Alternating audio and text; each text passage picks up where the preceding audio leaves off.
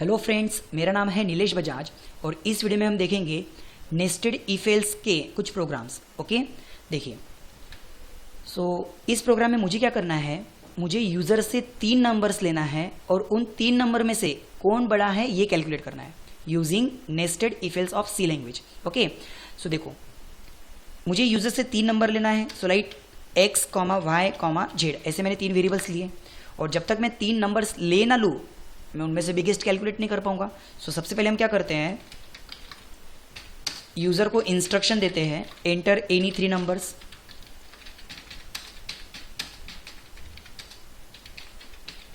Okay, user से 3 number लेने के लिए हमने इंस्ट्रक्शन तो दे दिया।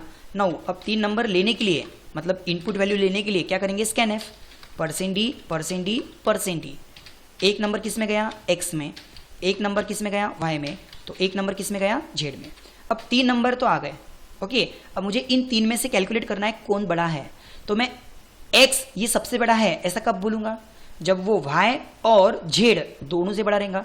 मतलब मुझे यहाँ पे सिंपल क्या करना है, if x is greater than y and x is greater than z।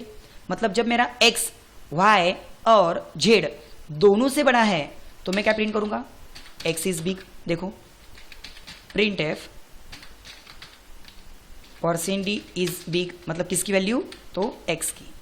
लेकिन अगर x बड़ा नहीं है दोनों से, अगर x बड़ा नहीं है दोनों से, तो फिर एल्स, अब मैं किसको चेक करूंगा, अब बारी है y की। इफ, तो क्या फिर y is greater than x and y is greater than z, क्या फिर y दोनों से बड़ा है क्या। अगर x बड़ा नहीं है तो हम चेक कर रहे हैं क्या फिर y बड़ा है क्या। तो फिर उसके लिए लिखो print F %d is big और फिर यहां पे नाम किसका आएगा, y का। सेम अगर y भी बड़ा नहीं है तो अगेन एल्स और अगेन उसके अंदर फिर से एक और बार इफ। अब इस बार ये इफ किसका रहेगा, z के लिए, कि अगर x बड़ा नहीं है, y बड़ा नहीं है, तो फिर चेक करो z के लिए, z is greater than x and z is greater than y है क्या। अगर है तो फिर उसको प्रिंट करो। Print F %d is big z। और यहां पे मुझे इसका एल्स नहीं लगाना है, क्योंकि नहीं है तो फिर नहीं है ना। मुझे सिर्फ क्या चेक करना है, क्या सच में x दोनों से बड़ा है क्या।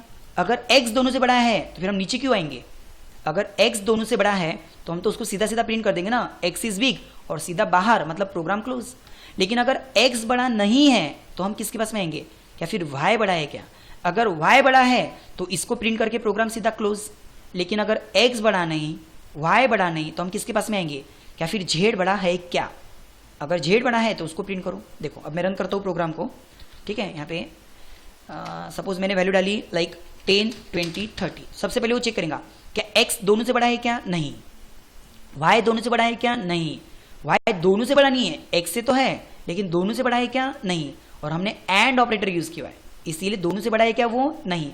हाँ, लेकिन z दोनों से बड़ा है क्या, हाँ। तो आउटपुट क्या आया, 30 इज बिग। मैं फिर से रन करता हूँ। देखिए, मैंने यहाँ पे डाला सपोज 150, 155, देन 55 और 60। क्या x दोनों से बड़ा है क्या, हाँ। तो 155 इज बिग। फिर से रन करता हूँ और इस बार डाला सपोज मैंने 100, 300 एंड 20। तो x की वैल्यू दोनों से बड़ी है क्या, नहीं। एक से तो है लेकिन दोनों से है क्या, नहीं। y की वैल्यू दोनों से बड़ी है क्या, हाँ। तो फिर y को ही प्रिंट कर दो सीधा। ओके, लेकिन ठीक है, आपको ये कंसेप्ट तो समझ में आ गया कि 3 नंबर में से कैलकुलेट कैसे करते हैं यूजिंग नेस्टेड इफ एल्स। लेकिन यहाँ पे एक प्रॉब्लम है कि अगर मैं 2 वैल्यू इक्वल डाल दूं, तो कोई भी 2 वैल्यू, जैसे देखो for example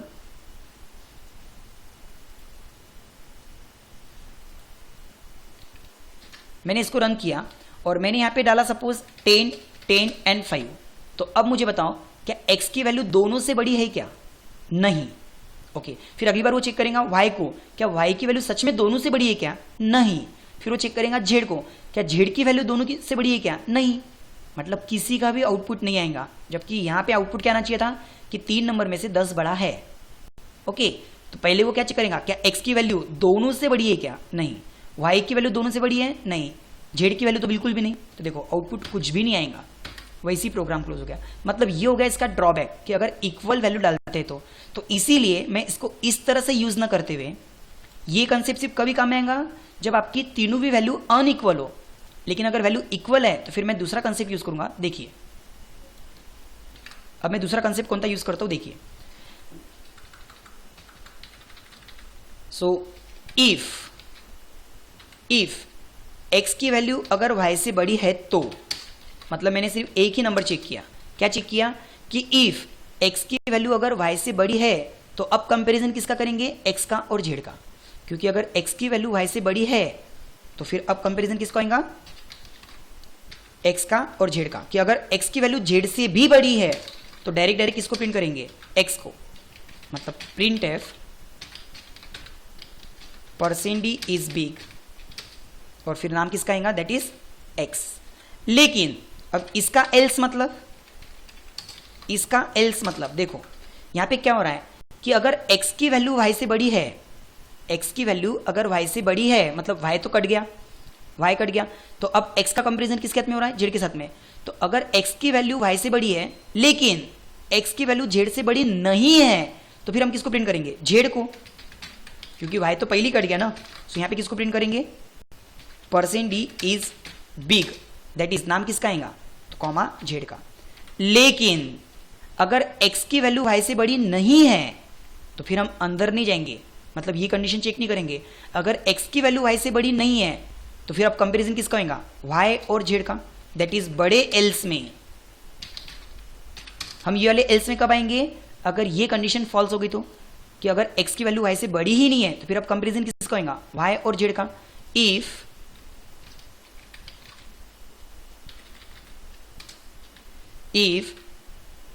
y is greater than z तो हम किसको प्रिंट करेंगे, y को, नहीं तो किसको प्रिंट करेंगे, z को। देखो प्रिंट %d इज बिग और नाम किसका आएगा, तो y का। क्योंकि अगर x बड़ा नहीं है तो फिर कौन कट गया, इसका मतलब x कट गया। अगर x बड़ा नहीं है तो इसका मतलब हम आएंगे एल्स में, फिर एल्स में किसकी किसकी कंपैरिजन होगी, y और z की। तो y और z में अगर y बड़ा है तो हम किसको प्रिंट करेंगे, y को, नहीं तो फिर बचा कौन, z को। फिर से else z। So print F %d is big, नाम किसका आएगा, तो यहाँ पे z का। देखो अब मैं इस प्रोग्राम को रन करता हूँ। देखिए तो यहाँ पे सबसे पहले मैंने नंबर डाला लाइक 10, 10 एंड 5।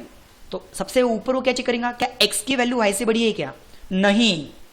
सीधा नीचे आ जाओ, क्या y की वैल्यू z से बड़ी है क्या, हाँ, तो वो ये वाले 10 को प्रिंट करेगा as a big number.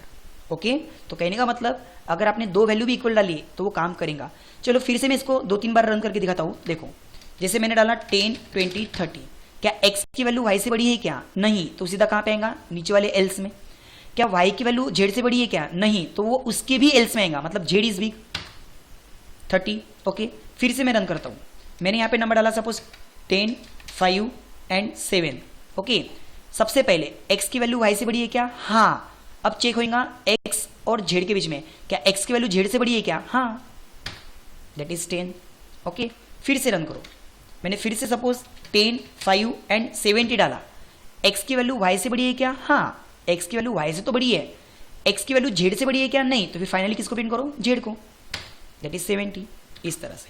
So I hope आपको ये भी कंसेप्ट समझ में आया होगा कि नेस्टेड इफ एल्स से मैं बिगेस्ट अमंग 3 नंबर्स कैसे निकाल सकता हूँ। फिर भले ही यहाँ पे दो वैल्यू इक्वल भी रही तो चलेगा। ओके, ठीक है, चलो। सो नेस्टेड इफ एल्स का ये स्ट्रक्चर कैसा है कि यहाँ पे हमने इफ के अंदर भी इफ एल्स लगाया, और अगर वो कंडीशन गलत होती है एल्स तो उसके अंदर भी हमने इफ एल्स लगाया, और ये स्टैंडर्ड स्ट्रक्चर है नेस्टेड इफ एल्स का। बट हर प्रोग्राम में ये स्ट्रक्चर यूज होगा जरूरी नहीं है।